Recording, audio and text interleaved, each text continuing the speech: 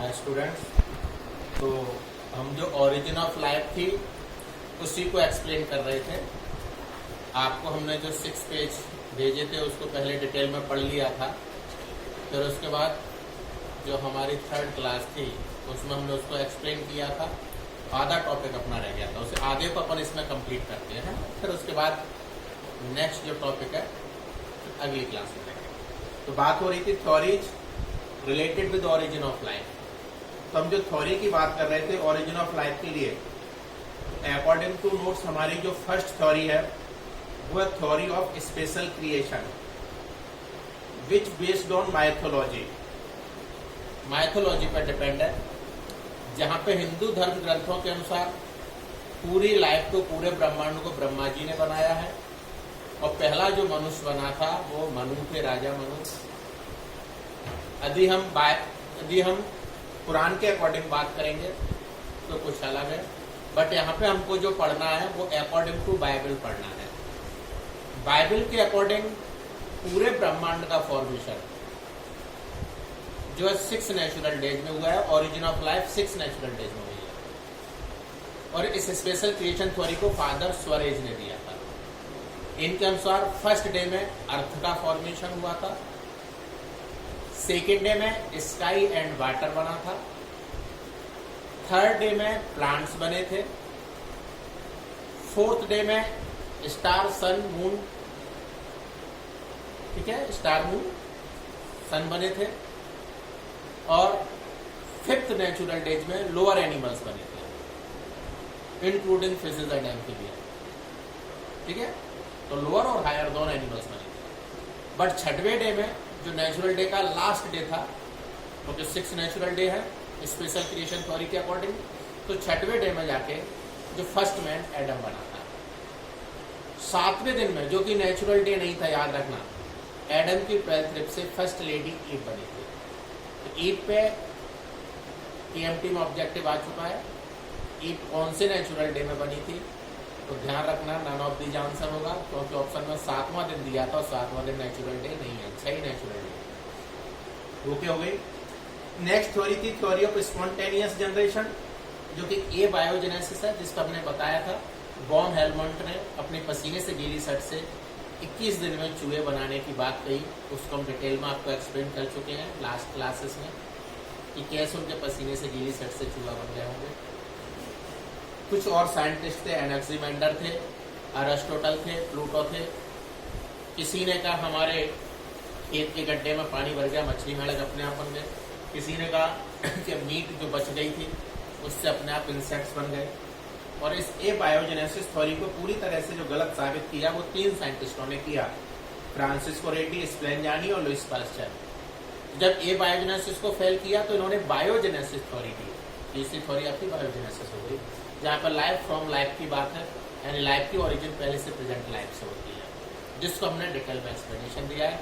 और Louis Pasteur जो थे उन्होंने एस शेप की नेक की बात की थी, और नीचे से भी जो जार था उसको गर्म किया, और ऊपर से जो एस शेप का जो नेक था उसको भी गर्म किया। तो अंदर जाने वाली एयर थी, फिल्टर होके गई, उसके साथ माइक्रो ऑर्गेनिज्म अंदर नहीं जा पाए, तो लाइफ की ओरिजिन नहीं हुई। क्लियर। और जो स्टेट नेक वाला जो जार था, फ्लास्क था, और जिसको गर्म नहीं कर रहे थे, उसमें लाइफ की ओरिजिन हो गई। इसका मतलब ये था कि पहले से ही एयर में माइक्रो ऑर्गेनिज्म प्रेजेंट रहते हैं, जैसे इनको फेवरेबल कंडीशंस मिलती हैं तो लाइफ की ओरिजिन हो जाती है, अपनी कॉलोनी को डेवलप करते हैं। ओके। नेक्स्ट थ्योरी थी थ्योरी ऑफ बायोजेनेसिस, जो यही थे स्प्लेंजानी, लुइस पास्चर। आगे कॉस्मोजर्क थ्योरी जो है, जो कॉस्मस पर डिपेंड है, अंतरिक्ष यात्रियों पर डिपेंड है, जहां लाइफ की ओरिजिन कॉस्मस से मानी जाती है, अंतरिक्ष यात्रियों से मानी जाती है। वो टाइम टू टाइम अर्थ पर आते रहते हैं। और चूंकि अर्थ पर भी लाइफ के ओरिजिन के फेवर में कंडीशंस अवेलेबल थी, इससे लाइफ की ओरिजिन हो गई। और कॉस्मोजर्क थ्योरी को रिचर्ड ने दिया था। ओके। फिर थ्योरी ऑफ पेनिस्पर्मिया, जहाँ स्पोर्ट्स से लाइफ की ओरिजिन की बात होती है। जो कॉस्मस थे, अंतरिक्ष यात्री थे, अपने साथ कुछ स्पोर्ट्स लाए थे, और उन स्पोर्ट्स को अर्थ पर रिलीज कर दिया, छोड़ दिया, जिससे लाइफ की ओरिजिन हो गई। ठीक है। नेक्स्ट जो थ्योरी है क्रिएशन को अपन बता चुके हैं। जो करेक्ट थ्योरी है वो बायोकेमिकल ओरिजिन ऑफ लाइफ। हालांकि ये कैटास्ट्रोफिज्म भी है, जहाँ लाइफ की ओरिजिन प्रलय बात पर डिपेंड है। जो करेक्ट थ्योरी है वो बायोकेमिकल ओरिजिन ऑफ लाइफ है, जिसको हमने 3 पार्ट्स में आपको एक्सप्लेन किया था, कीमोजेनी, बायोजेनी और कोएपोजेनी। कीमोजेनी में केमिकल्स की ओरिजिन की बात होती है, बायोजेनी में सिंपल लाइफ की बात होती है, जहाँ यूनिसेलुलर प्रोकैरियोट्स और यूनिसेलुलर यूकैरियोट्स की बात होती है। और जब यूनिसेलुलर यूकैरियोट्स बनेगा तो उनमें सेल डिवीजन होगा, जिससे मल्टीसेलुलर यूकैरियोट्स की बात होगी। तो जो मोर करेक्ट थ्योरी है वो बायोकेमिकल ओरिजिन ऑफ लाइफ है, जिसे ओपरेन और हेल्डेन ने दिया था। और इसके जो सपोर्टर थे मिलर और यूरे थे, जिन्होंने अपने एक्सपेरिमेंट के द्वारा आरएनए बनाया।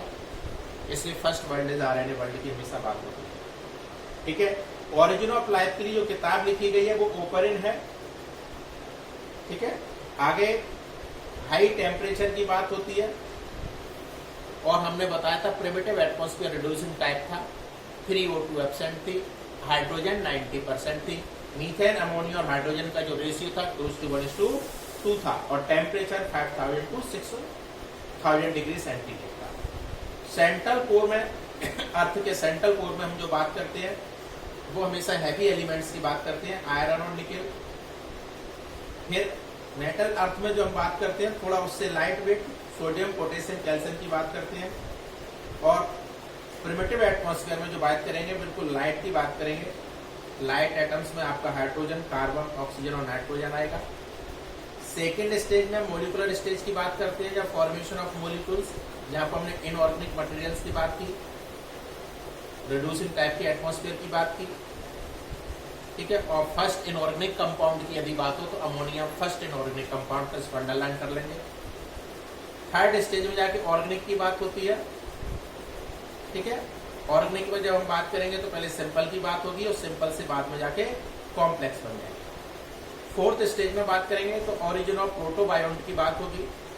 प्रोटोबायोंट जहाँ सबसे पहले लाइफ आ रही थी, और ओपरेन ने इनिकोकॉइजरवेट्स कहा, और सिडनी फॉक्स ने इकोमाइक्रोस्फेयर का। अच्छे से याद रखना, प्रोटोबायोंट में ओपरेन ने इनिकोकॉइजरवेट्स कहा था और सिडनी फॉक्स ने माइक्रोस्फेयर कहा था, जिसको हमने आपको अमीनो एसिड्स के बारे में बताया था।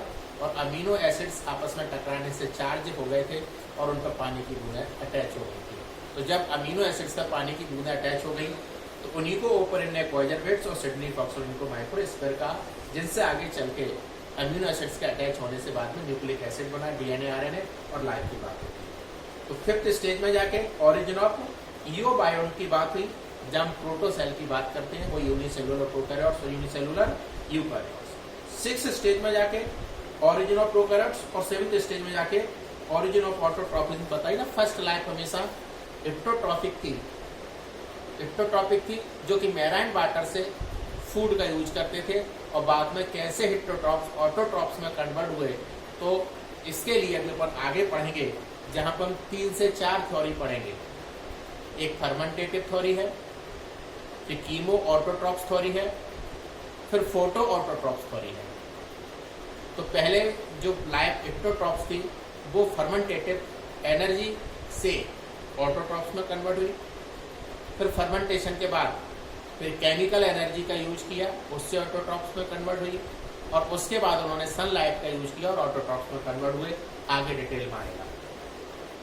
ओके, ओरिजिन ऑफ फोटोसिंथेसिस के बाद 8th स्टेज में जाके ओरिजिन ऑफ यूकैरियोट्स बने, और unicellular eukaryotes divides into multicellular eukaryotes. Stanley Miller Urey experiment 1953 में दिया गया था, जब मीथेन, अमोनिया और हाइड्रोजन को हमने बताया 2:1:2 रेशियो में लिया गया था, और जो टेम्परेचर था वो 800 डिग्री सेंटीग्रेड था।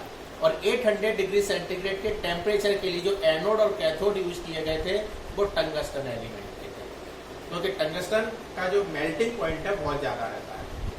ओके, और क्यों वहाँ पे जो सबसे पहले जो बने वो सिंगल स्टैंडर्ड आरएनए की बात होती है, इसलिए हम फर्स्ट लाइफ को हमेशा आरएनए वर्ल्ड कहते हैं। तो मिलर और यूरे ने जो एक्सपेरिमेंट के द्वारा ओपरेन और हेल्डेन की बायोकेमिकल ओरिजिन ऑफ लाइफ को सपोर्ट किया, वहाँ पे आरएनए बना, इसलिए फर्स्ट वर्ल्ड को आरएनए वर्ल्ड मानते हैं।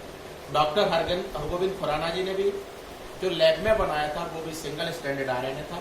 तो दोनों ही एक्सपेरिमेंट में आरएनए के फॉर्मेशन की बात होती है, तो हम फर्स्ट वर्ल्ड इज आरएनए।